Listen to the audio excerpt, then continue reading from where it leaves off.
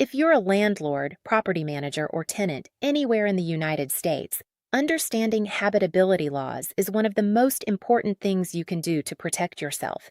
Every state requires landlords to maintain rental property in a condition that's fit for human habitation, but the specific standards, the tenant's remedies, and the consequences of noncompliance vary dramatically from state to state. That's exactly what this series covers. At tenantscreeningbackgroundcheck.com, we've created individual videos and comprehensive written guides for all 50 states, Washington, D.C., and Puerto Rico, breaking down the habitability requirements that apply in each jurisdiction. Whether you own one rental unit or manage hundreds, knowing what the law requires in your specific state isn't optional. It's essential. So what exactly are habitability laws? At their core, these laws establish the minimum conditions that a landlord must maintain for a rental property to be legally habitable. The concept comes from a legal doctrine called the implied warranty of habitability, which means that every residential lease in the United States includes an unwritten guarantee that the property will be maintained in a livable condition, regardless of what the written lease says. The specific standards vary by state, but virtually every jurisdiction requires landlords to maintain structural integrity, meaning the roof, walls, floors, and foundation must be sound and weatherproof. Working plumbing with hot and cold running water is required everywhere. Functioning heating systems are required in every state, and in states with extreme heat like Arizona, Texas, and Florida. Functioning cooling systems may also be required. Electrical systems must be safe and operational.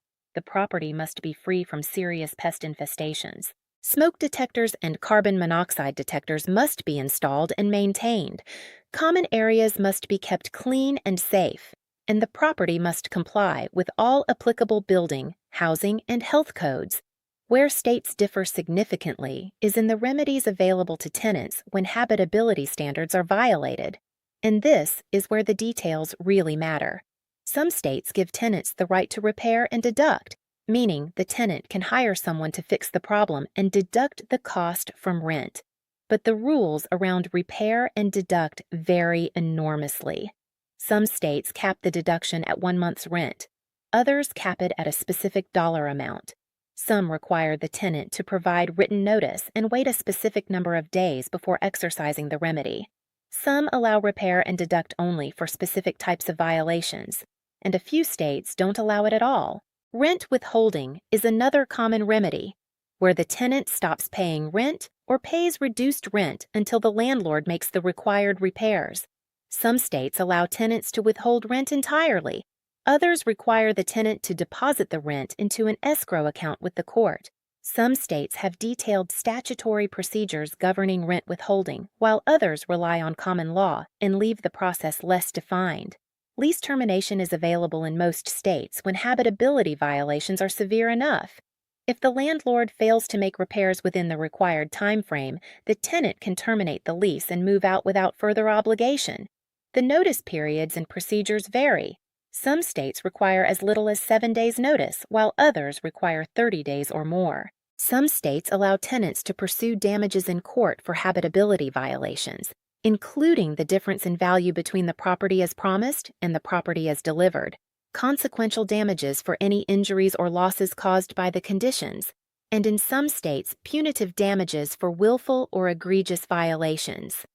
A few states allow tenants to contact local code enforcement or health departments and request inspections. If the government agency confirms the violation, the landlord may face fines, orders to repair, and in extreme cases, orders to vacate the property until the conditions are corrected. The consequences for landlords who fail to maintain habitable conditions go beyond just the tenant remedies. Habitability violations can be raised as a defense in eviction proceedings, meaning that if you try to evict a tenant for non-payment and the tenant can demonstrate that you failed to maintain the property, the court may reduce the amount owed, delay the eviction, or dismiss the case entirely. This is sometimes called the habitability defense, and it's recognized in virtually every state. Some of the most important state-by-state differences we cover in this series include notice requirements. How much time does the landlord get to make repairs after being notified? Some states give as little as 7 days. Others allow 14, 30, or even a reasonable time standard that's evaluated case by case. We also cover which states follow the Uniform Residential Landlord and Tenant Act, known as URLTA, and which don't. URLTA provides a standardized framework that many states have adopted, but each state has modified it differently. A handful of states, including Arkansas, haven't adopted URLTA at all, and their habitability standards are based on common law and older statutes. We cover the specific items that each state considers essential services, because losing heat in Minnesota in January is a fundamentally different emergency than losing air conditioning in Arizona in July, and the law reflects those differences. We cover whether each state allows rent escrow, and if so, the specific procedures for depositing rent with the court. We cover whether tenants can pursue code enforcement remedies and what happens when a government agency gets involved. And we cover the anti-retaliation protections that exist in each state, because a landlord who raises rent or files for eviction after a tenant makes a habitability complaint faces serious legal consequences in most jurisdictions. One thing that's consistent across virtually every state: the tenant cannot waive habitability protections. Even if the lease includes a clause saying the tenant accepts the property as is or waives the right to request repairs, that clause is unenforceable. The implied warranty of habitability is a matter of public policy, and courts in every state have held that it cannot be contracted away. This means that landlords cannot rely on lease language to avoid their maintenance obligations. Another consistent principle: the tenant generally must notify the landlord of the problem before exercising any remedy. With very limited exceptions for emergency conditions, the tenant is required to give the landlord written notice of the habitability issue and allow a reasonable time for repair before withholding rent, making repairs and deducting the cost, or terminating the lease. Tenants who skip the notice step and go straight to self-help remedies risk losing their legal protections. For landlords, the practical takeaway is straightforward: maintain your properties, respond to repair requests promptly, and document everything. The landlords who get into trouble with habitability claims are almost always the ones who ignored repair requests, delayed maintenance, or failed to keep records showing that they responded appropriately. A well-maintained property with a documented repair history is the best defense against any habitability claim. For tenants, the practical takeaway is equally clear. Put your repair requests in writing, keep copies, give the landlord the time the law allows to make repairs, and know your state's specific remedies before taking action. The tenants who run into problems are the ones who stop paying rent without following proper procedures, make repairs without proper authorization, or move out without providing the required notice. Every state guide in this series covers the specific statutes, notice periods, remedies, and procedures that apply in that jurisdiction.